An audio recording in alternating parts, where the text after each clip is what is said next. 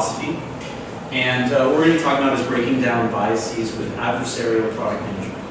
Okay, so maybe you haven't seen this combination of words together before, but it's something that I've been thinking about a lot, and I'm excited to actually hear what you guys think. So I'm director of AI at a company called Philosophie, which is a design consultancy. And so we work with both really large companies, usually like enterprise or innovation labs that need help with something.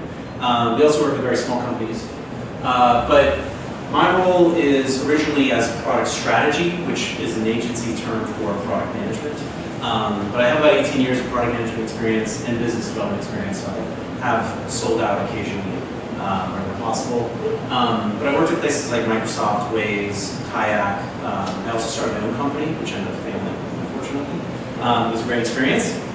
So just to start off, I think, whenever people are giving these presentations about product management, usually they're talking about what are the things that product managers struggle with, right? And the list that I kind of put together just off the top of my head is like, writing good stories, creating a real roadmap, aligning the team, working through conflict. These are all things that we talk about when we talk about product management, but I don't think it's actually the real issue that we're having. I think it's maybe a very tactical version of that issue. And what I think we're really dealing with a lot of the time are these innate or unknown biases that either we as us, product people, or our teams have. The idea of bad assumptions that are perpetuated within an industry, uncomfortable ambiguity, unjustified certainty. These are all things that I think we are actually struggling with when we talk about what we could do better in our jobs. And so to start, I want to talk a little bit about biases, right? And so biases, there's something that actually have evolved over time to help us, right? And so some of those reasons are that there's lots of information in the world. We're trying to figure out what we should actually focus in on. We're trying to act fast when we don't have a lot of information sometimes. And then maybe remember things that are really important later, right? These are all the reasons why biases actually exist. But they also keep us very constrained, right? So they make us think in certain ways that may not always be helpful.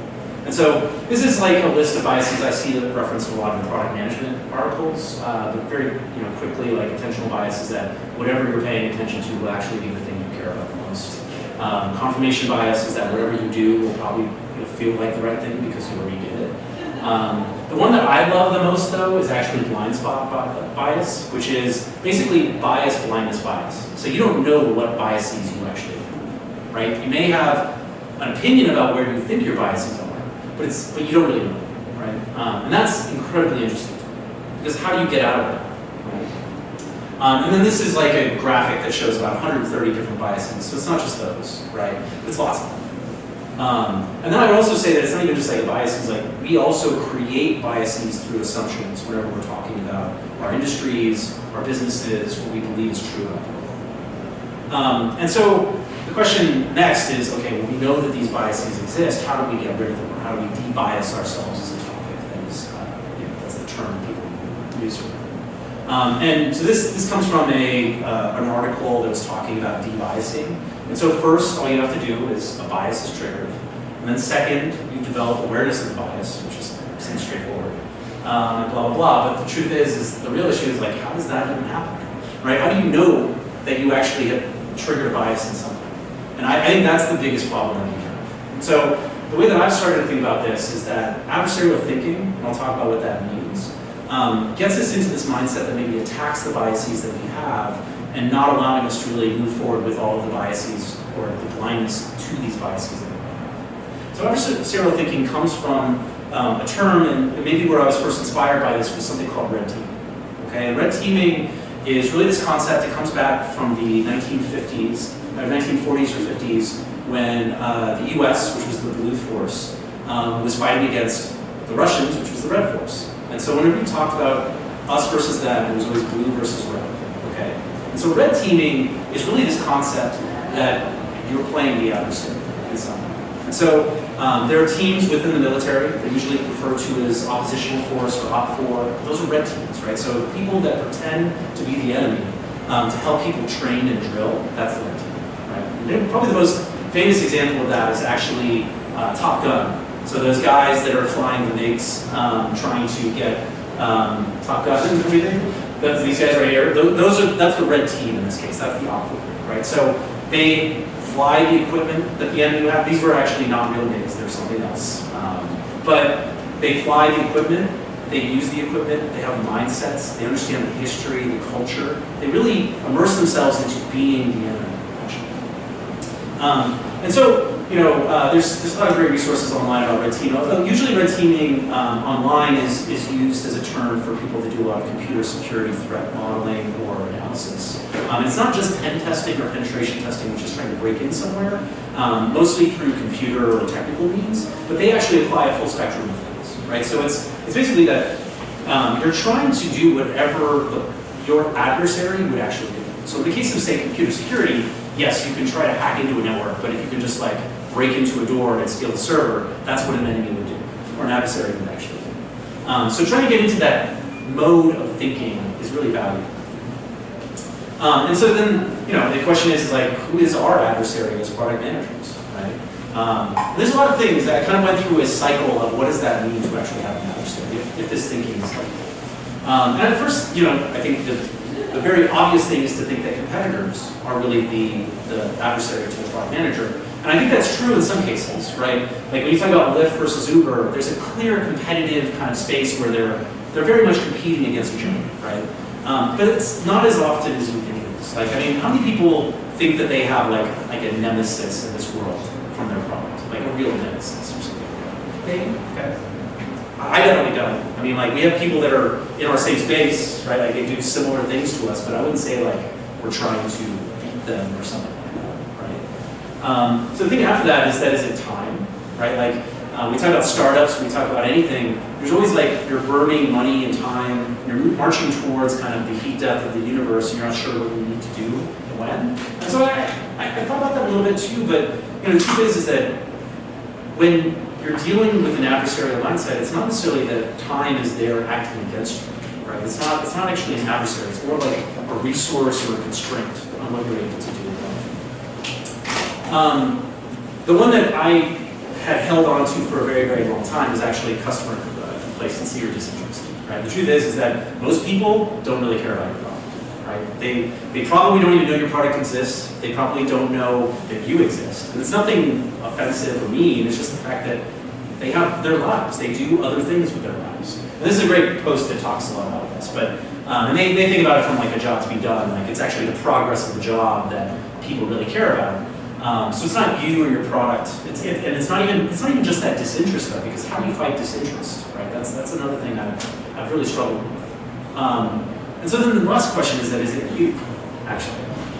When we think about the way that biases work, I do want to think it's maybe you, but when we talk about the concept of fixed versus growth mindsets, one of the things that you first learn about that is that you are not, basically when we talk about how growth or mistakes happen, it's not you, as in you and your character is supremely flawed. There's very few people that are true psychopaths in this world, for example, right? And so you're not like innately flawed in any way. But if you were able to learn from the world, then it's not you necessarily, right? It's actually what is your past mindset. And so that was the thing that I started to think about more and more as we talk about my adversary is actually who I used to be, or who I am right now, and who am I going to, and then I am who I will be in the future. So I think that's our adversary. And when we think about adversarial product management, I have like a set of tools that I've started to assemble that I think really attack these things. There's really three main things, right? One of them is really about getting incredibly tight feedback loops. The second one is contrarian thinking. And the third one is randomness. So I think with these three tools, you're going to be able to basically assault all of your biases and bad assumptions, at least most of them. Again, you may not be able to catch everything, but at least you're doing something. So I'm going to go through each one of these and talk about what that means. So feedback loops, what really inspired me a lot about feedback loops is not only just the fact that we all get feedback from everybody all the time, but I don't know if people are familiar with GANs or generative adversarial networks, which is basically a model by which you have two machine learning models. And so I do a lot of stuff with AI and machine learning. This is why it's very valuable to me to think about this. But essentially, the way that this works, this is an example of a GAN. where you have a trading set of information. In this case, it's a bunch of characters that, basically an innocent type of data set where it's someone had written a bunch of characters. One half of the network is that there's a generator that tries to create images that will fool the other half of the network that is trying to understand whether a particular image is either a real or fake. And what's really interesting about this is that when you apply this type of model, you get something interesting from the discriminator, which is that you start to be able to classify things as real or not. You start to understand what actually is real or what looks real. But you get this other side, this other model, where you can start to really create amazing pieces of art.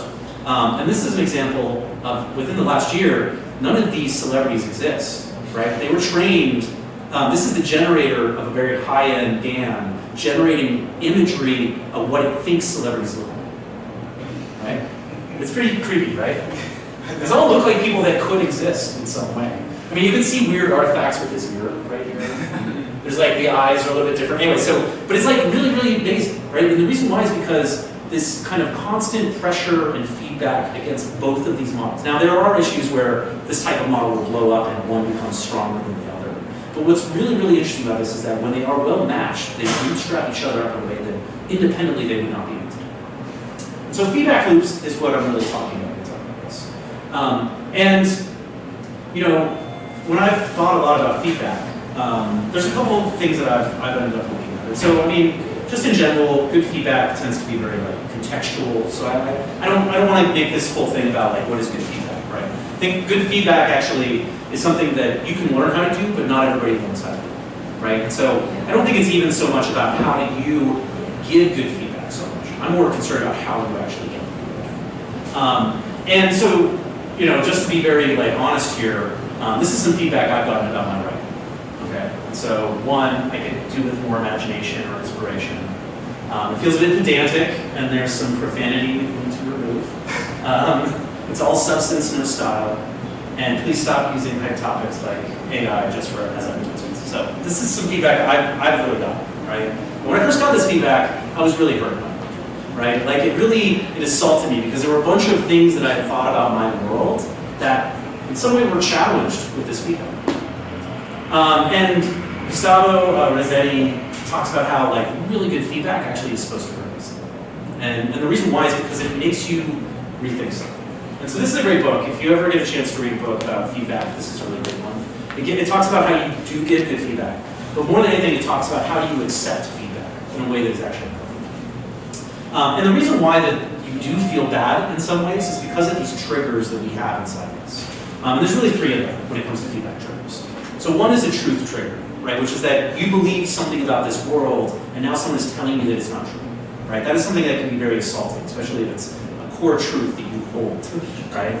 The next one is relationship triggers, where you have a relationship with someone, and you assume that they would not do something or would do something, they break that understanding of the world. And the last one is identity triggers. It's who you believe to be, and how did they in some way make you question them, right? And so these are some things that I think, in general, when I talk about these triggers, it's more about being aware of them, right? It's very hard to not always take feedback personally, but it's something that is incredibly important to get good feedback. And so how do you get good feedback? One thing that I've done, I wrote an article about what I'll call product critiques. And so, designers, they have design critiques. Coders, they have code reviews. When it comes to product managers, a lot of the time they're all by themselves, right? They're on a team with other designers and engineers or whoever else, but they're not really hanging out with other product people.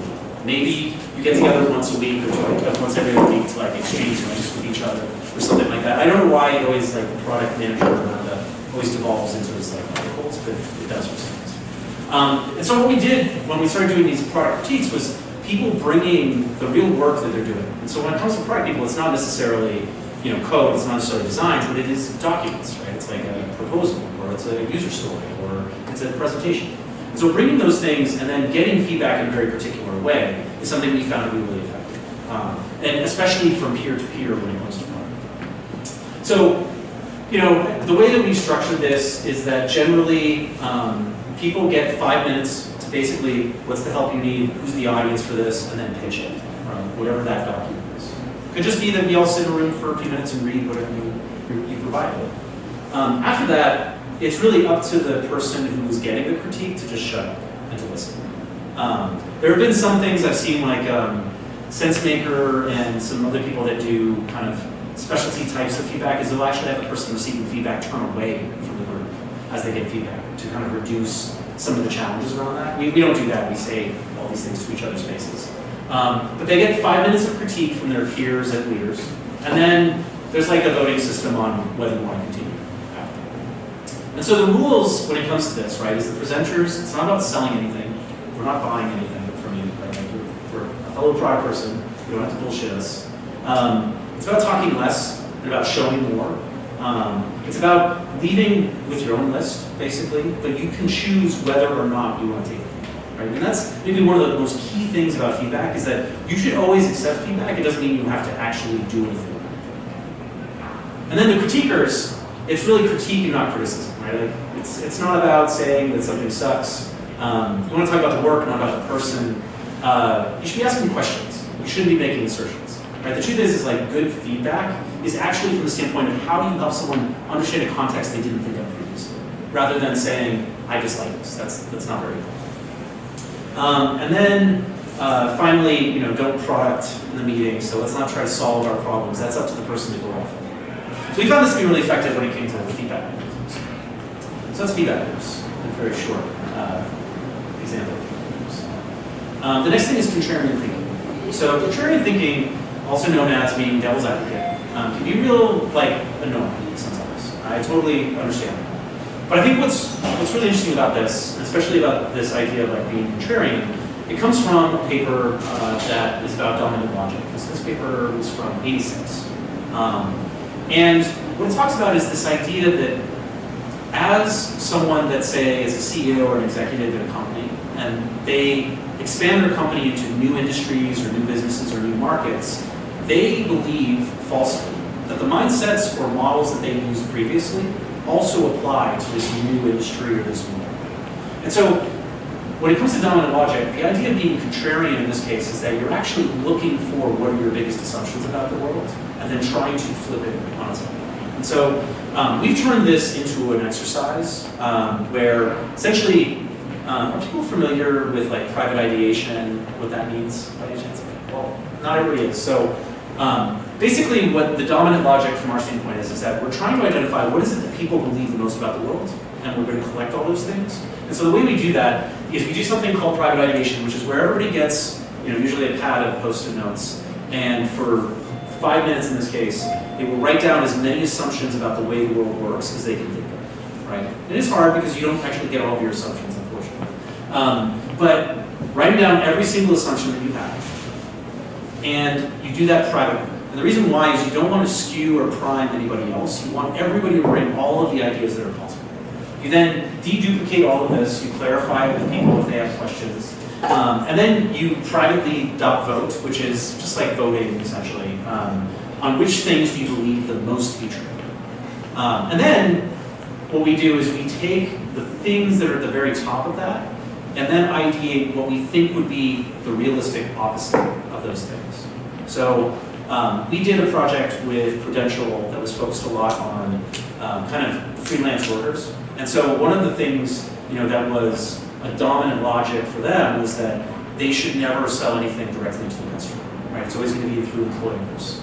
But once you start to question whether that's really true, you can start to get into different spaces when it comes to not only problems but also solutions.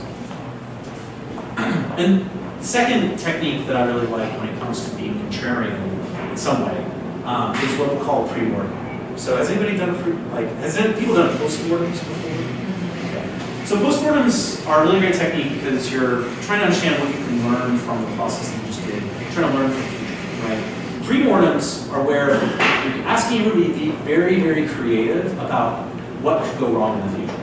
And the way that this works, right, is, and this is just a great article. This is, Gary Klein is, he's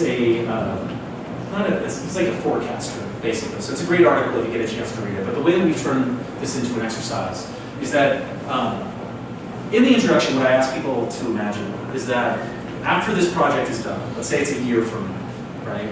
We've completed this project and we have failed so miserably that all of us leave the industry, right? I want you to imagine, like, a year from now, we've all failed so much that we don't want to talk to each other anymore. We don't want to work in this industry anymore. We quit and we join something where we can just be off the grid for the rest of our lives. That's how badly we fail. Our reputations are destroyed, right? So tell me why that happened, right? And so now we ideate all these reasons why potentially we fail. And people are really good. People can be very creative about negative things. We again do that through private ideation. People will then review them and then we download them. And what's really amazing when you look at this is that usually the things that are in the top 5 reasons are definitely issues that come up during the attack. And what you're using is you're using basically people within the group, their imagination or their understanding of their context or their background around their innate knowledge of experience of what usually makes things right. So I found this to be a really valuable thing. And then maybe it just can be as simple as this, right? When you ask people for ideas, when you do brainstorming, which brainstorming is bad, private ideation is good, just to be very clear. But when you're asking people for ideas, one of the things that I use is, what is a bad idea, right? And the reason why that's interesting is that, yes, about 50% of the time, like say you're doing something, like you're trying to come up with new features for a particular problem, right? You have a how might be of some type. You're now ideating on what could be the feature that actually does this. I ask people to take a little bit of time to come up with what is the worst idea that can solve this problem. And what's interesting about that is that 50% of the time it really is just about idea. The other 50% of the time, it seems that we're getting at some type of assumption we had about the world. And it's one that was maybe unsaid as well. And once you actually say that idea out loud, you can start to imagine that maybe that idea is not as bad as you thought it was. And anyways, it's something that I've definitely found all the time, and I do this whenever I'm doing sketching, ideation, anything. Just asking for people to come up with not only what is the best ideas or most exciting ideas, or most impactful ideas they can think of, but what would be the worst idea. So that's contrarian thinking in a nutshell. And the last thing is randomness. So randomness is something, and I have lots of random things here if you guys want to look at that afterwards. But randomness to me is one of these things where if you don't know where your biases are, and if your team doesn't even know where their biases are, I mean, I was just talking earlier about the idea of like diversity and inclusion. Yes, you need to have diversity and inclusion, but that's only for the size of your team. You still need to have, there's fully the possibility that that will not get you all the way past your biases. So that's why you talk to users, right? But you may not be talking to the right users, you may not be asking the right questions, you may be asking leading questions, and so on. And so randomness is this last step, basically, in how you try to break out of all of these assumptions. And this comes from a really great book. These are machine learning scientists, Why Greatness Cannot Be Planned. And so what it's about is that when we try to imagine some future where we want to be, we may not always know the steps to get there. And the reason why is because the world is a complex place, right? Like trying to create solutions for something, because of the complexity of the world, we don't always understand the true causation of things, and that means that we can't always plan every single step towards it. So actually, he believes that for most things, unless it's incredibly deterministic, you should actually not plan against objectives. And I know that a lot of people don't like that. I kind of feel like it's not a bad idea. But in this case, what was really interesting is they created a website where they had an algorithm that would just randomly create values to then create art. Okay?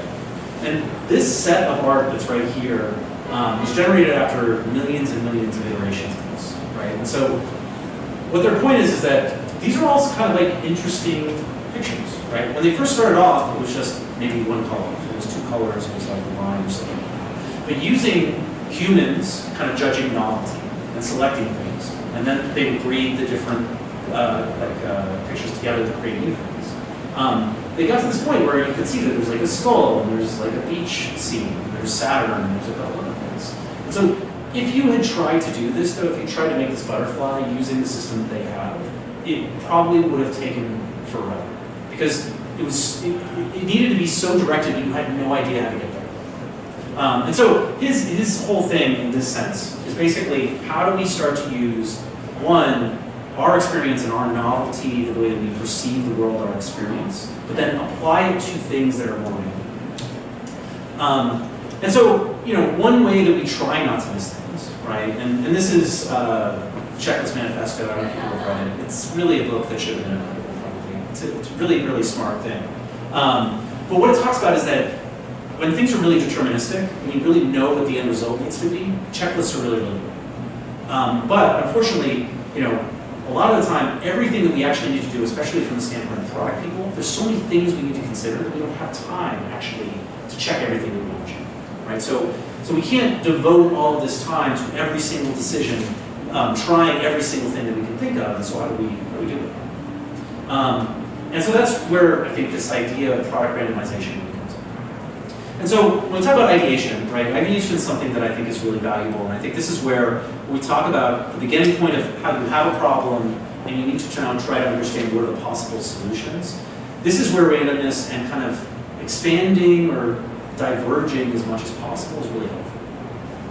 And so this is something called the Crazy 8. This is actually my handwriting, it's really inspiring. And what you do is you basically fold a piece of paper up into 8 different segments, and then you're given 1 minute per frame to sketch an idea for that problem. Usually, or how might we, or something. Right? And so, one of the things that we started to do with these sketches is that, yes, when you do 8 of these sketches, you do them very fast, people do get out a lot of great ideas. Like, you definitely do. And and you do it privately, you're sketching by yourself, and then you're sharing with people. And you can share as you go, so you start to build off of each other. But something that we've added to this is that we've added a randomization through card decks. And so this is a picture of Oblique Strategies, which is right here if you want to check them out. But it's a card deck that Brian Eno created, I think back in the 70s. And he created it because he's a music producer.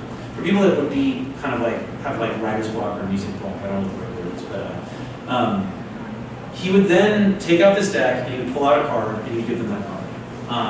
And some of the cards are, like in this case it says, make a sudden, destructive, unpredictable action incorporate, right? It's not something that necessarily is, it's very vague. It doesn't necessarily, you don't know what that means for you unless you try to now interpret that situation. And some of them are just like courage, exclamation point. So there's a lot of weirdness too. But what we would do is that for each one of these frames, I would pull another card out of the deck. And you start to get really, really divergent information from that standpoint. So the way, I guess one way to think about it is that you have this problem you're trying to solve. If we're going to do the arithmetic left to right for you guys, it's like you have a problem you want to solve, you have your experience, and usually that would get you one result, right? But if you now add this kind of like randomization aspect to it, you get even crazier places. It doesn't mean that all ideas are good, it doesn't mean that all ideas are worthwhile or even worth keeping, but it doesn't mean that you start from a better place for exploring the entire solution space. So that's one way that we've used card decks. Another one is this other card deck here, which is called Triggers. And so this one, in particular, this one's the user-centric deck, right? And so the user-centric deck is, Oblique Strategies was built for like musicians, probably. Trigger cards are more for like actual product people. And so, some of the things here are like, what if the idea reduced unnecessary noise? Or what if you helped people make decisions, right? So these are all things that, if you could, there's 60 cards in here. If you could, you would probably try to do each one of those 60 cards for every product decision you make. But again, you don't have time to do that for every decision. And so how do you pull out a few of these cards? How do you, rather than doing all 60, doing 5 randomly, will get you further than you would have otherwise. And it doesn't take that much time. We've also played with this. This is actually a picture of a board game that we created for basically conference swag. But on each one of these things, so we use like a dice. On each one of these things is kind of the equivalent of one of these cards, but focused on this side was diverge, on the other side was converge. So it was like things that are helping you like expand what you're considering on one side.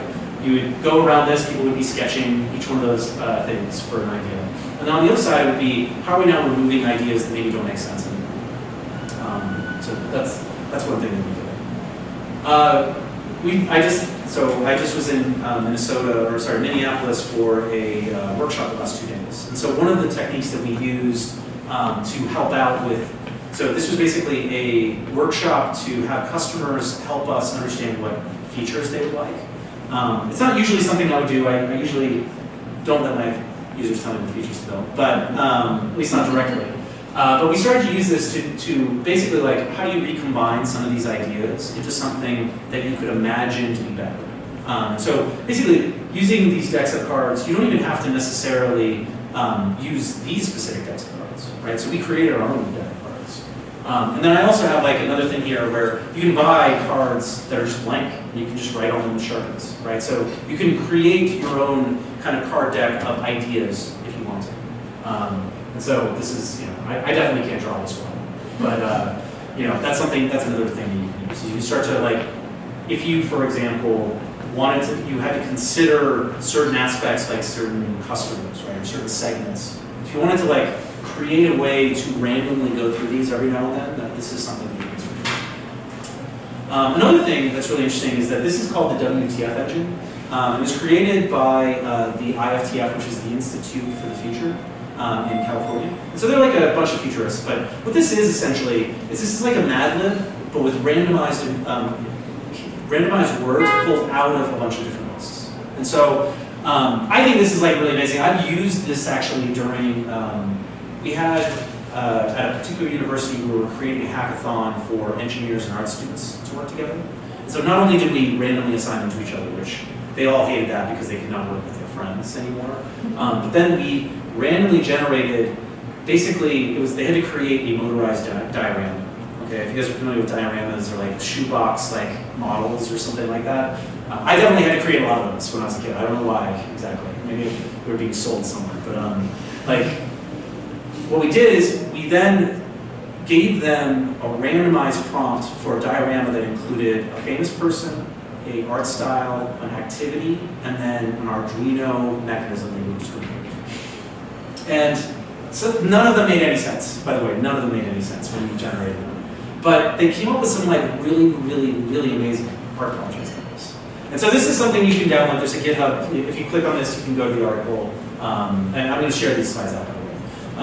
You can go to the web service that you can set up for this. And you can decide through this grammar. So there's basically like a grammar with keywords. You can decide what you're going to include there. And so this is one of those things that I think, if you want to figure out like what would be like a crazy idea for a future, put all of the problems you have, put all of the possible solutions you have, put all the different methods, and then use that as a starting point and I'll start that. So the next thing is that, so we just talked about like ideation, right? Like how are you creating new ideas through randomness? What I want to talk about now is like how do you interpret your situation differently in some randomness, right? And so this is a great article about the I Ching. The I Ching, if people are not familiar, it's basically it's a fortune-telling mechanism from Asia. And so it's where you usually shake sticks out of a container or you flip 3 coins, but you create these essentially like hexagrams, right? Which are then referencing some type of fortune. And so the fortune, there's a lot of like meta information around these fortunes, which is kind of interesting. But what really struck me about this post is that this particular writer, he was going around China trying to like learn more about I Ching or I Ching. And one of the things he said was that, for him, right, it prompts him to go beyond false certainties and create new and unexpected possibilities. So rather than the idea that this is like fortune telling, right, this is not the future. At least I don't believe in it. I don't believe that type of thing. Sorry. But it's not about that. It's about, because I've drawn this random thing, I now am going to reinterpret my situation through that lens. And so, one of the things that I've played around with a little bit is I have a tarot deck right here. And I've thought a bit about it, I've done this a little bit with people, tarot is another one of those like storytelling mechanisms that people use. And one of the things you can do, this is called a 5-card, it's called a 5-card reading, okay? And one of the things that I've done a couple times to try to reinterpret the way I'm thinking about my product is to actually draw these. And by the way, it doesn't matter whether they're upside down or not. And when I draw them in this, I say, well, this symbol in the middle is about how do I interpret what is going on right now? How do I interpret the question that I asked about my product? How do I interpret the past of my product? How do I interpret the potential? And then how do I interpret the future? So again, I'm not telling it's not a fortune, right? It's not the future. But it's allowing me to see all of these different aspects of things through a different lens than I would have otherwise. So yeah, I already talked about So yeah, that's something, and actually if people want to stick around, I can take some product questions through Terra. So the last part around randomness is really around making choices, right? And this is something where, and I think I wrote an article about 5 ways to haze new product managers, and one of the things that I think is probably very important around this is people tend to believe that their decisions, especially as product people, I think, mean more than they actually are. I know that hurts to hear. That's good feedback for all of you, because that hurts. But this idea of that, there are times where if you are paralyzed in trying to make a decision, you should literally just flip a coin. And so the reason why is that we should not be making decisions that are huge and monolithic all the time, right? These ideas of like decisions you can't go back. Jeff Bezos talks about different types of decisions. You should ideally never have a decision that is that type of decision. And I would not recommend this method for that. But for pretty much anything else you're doing, you can always course correct based on that. So if you don't know which one to do, then you should literally just flip a coin. And I would probably push you to, one of the things in decision theory that a lot of people don't understand is that a lot of people think of things as 2 possibilities, either yes or no, true or false. But the reality is that an exercise that is incredibly important is that you should actually consider more than just 2 options. So the canonical example that I read in this incredibly dry decision theory book was that, yes, you could buy a record player, and that's how long ago it was, I think it was written. It was like a record player or not buy a record player. Even though maybe it was more current now, because that's what I'm doing too. So anyways, we've come full circle. But like, either I could buy a record player or I could not buy a record player. The truth is that, yes, that I could either spend $0 or $600. But I could also buy a cheaper record player and buy more records. I could borrow a record player from a friend. There's all these other options that we don't ever consider. So I would actually say that rather than just like flipping a coin, you should actually roll it down. And there's another thing that's interesting about intuition and experience when it comes to this type of random process, is that when you actually do flip a coin, when it's in the air, you actually know what you want. So before all of the uncertainty gets like shut down to one coin, usually just landing on one side or the other, you actually know what you want to this. So again, these are like mechanisms. It's not truly random at that point, but like it helps you through this idea of attacking what you actually are trying to decide at that moment. It really helps you deep down try to intuit what you want. And the last thing is that I do keep a magic 8 ball on my desk. I don't use it that much, but I do threaten to use it whenever people are enabled to make a decision. So that's randomness. And kind of in the end, I just wanted to say, again, there's when we talk about what I believe adversarial product management really is, it's really these 3 things. So how are you creating incredibly tight feedback loops? How are you allowing space for contrarian thinking? And then the third thing is how are you introducing randomness into the processes that you have? And this is from a report. There's been a lot of discussion about, I think there's in World War Z, there's the concept of the 10th man, which actually it doesn't exist in Israel, but it basically is like the person that's supposed to have to disagree with the rest of the group, basically.